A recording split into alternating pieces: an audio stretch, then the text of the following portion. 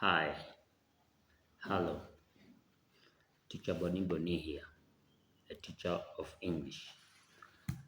I hope you have been good and we are still moving on well as we learn English. Well, I thank God that we have met yet once again. Today, I'd like us to talk more about English Paper 2 for the learners who are under the 844 education system understand better in this when I talk about paper 2 English. Most learners have been asking me what are some of the areas tested in this paper, some of the challenges that have been there in tackling paper 2, and I'm here to do just right that, to demystify English paper 2. All I need you to do as my viewers is just to subscribe, share, comment so that we can interact and so that this information can get to so many people, so many learners. Also, we interact as teachers, and of course, we get to know and to learn more because an idea shared is important, in fact, more than money. So, talking of English paper 2, uh, it tests on reading skills. Reading skills is what this paper tests. It tests a learner whether he or she is able to skim, to scan, to read intensively and also extensively. The test on close reading. This particular paper 2 has got 80 marks. So 80 marks. Remember, paper 1 has 60 marks. Paper 3 has got 60 marks. When you add, you get 200, get an average, get 100%. So this paper 2 contains 80 marks done within 2.5 hours. So it has four parts. One is the passage or the unseen passage. This part, you cannot get it from a book, a written book, as we'll be talking also about the excerpt or extracts from written books that we can refer to. But when it comes to passage, it can be written, or it can actually be taken from, could be newspapers, could be other written materials, uh, uh, and it talks more about the current issues. A certain speech that was given by a certain person, talk of passage on terrorism, for example, talk of on passage about corruption these days. There is corruption, and of course, talk of just what is happening around the world, around the country. Passage is brought from those areas. So it contains 20 marks. The second part is excerpt, or what we call extract from the set text. So these are texts. For example, in Kenya, the learners are doing Fathers of Nations as the compulsory novel. The Samaritan is a compulsory play. So an excerpt can come from either of those two books. And of course, It has 25 marks. It carries 25 marks.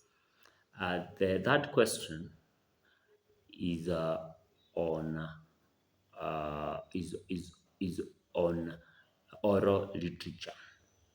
Oral literature, or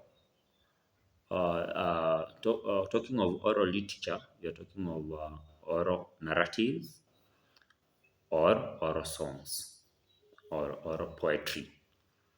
And of course, it carries 20 marks. As excerpt is carrying 25 marks, this oral literature bit carries 20 marks. And then the fourth part is grammar. And grammar takes 15 marks. All totals to 80 marks. Talking of a passage, learners have been asking me how do we go about this passage, answering of this passage. And of course, it is quite easy, and we shall demystify it. We shall talk about it bit by bit until you understand. Well, it tests on several skills. Skills in comprehension. Comprehension means understanding. Have I understood? It tests on comprehension and inference. I'll be explaining about inference. It tests on grammar. Is a question a bit on grammar. Is a question bit on paraphrasing. There is a bit of note making, and of course there is a part of uh, uh, uh, yeah, paraphrasing I have mentioned. There is also a part of note making, as I've mentioned, and of course there is this part uh, on a summary writing, on summary writing. And there is still another one on semantics, semantics. So talking of meaning of words. What I tell my students is that you have first of all to read through that passage. First of all, read through that passage. As you read through the first time, also read the questions. Read through all the questions that are there. As you read the second time, you'll be able to have in mind the questions that are there, and then you have to keep underlining some of the areas whereby you refer back and also use these areas in answering your questions. This passage is actually most of the answers are there, but then you have actually to separate comprehension questions and inference questions. Remember what we have just said about comprehension questions. They have to be comprehended. Comprehending means understanding. So these questions, you can get them directly from the passage. They are there from the passage. Talk of maybe from the first paragraph, the second paragraph. These answers are there, and they should be picked as they are.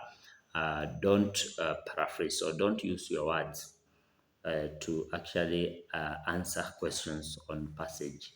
Talking of comprehension, that's why I've said it is important for you to first of all separate questions as either comprehension or inference questions. So, inference questions are the ones that require you to think critically and come up with a conclusion basing your argument from the evidence given. Remember, we are answering our questions from the passage, according to the passage, not anywhere else outside. So, you have said, and I repeat, separate the questions. Know that is this question comprehension question? Is it an inference question? I say it once again, for the comprehension questions, you actually have not to worry about it. Go straight to the paragraph and you find those answers and pick them as they are. Of course, you phrase them in a manner that is logical, but use the same wording that is in that paragraph. So inference, you have to come up with a conclusion. For example, an inference question talking about what's the attitude of the speaker. So you have to think about an adjective to use to describe attitude, or even a verb to use to describe that particular attitude. You can talk of the speaker, for example, condemns the act. And of course, when you state such adjective to describe attitude, you have actually to give evidence from the passage. Give evidence from the passage.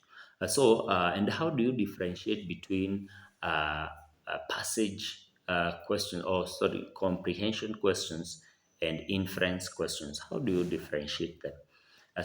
One, comprehension questions will begin with according to the passage, as you know that is a comprehension question, according to the passage, according to paragraph 2 and 3.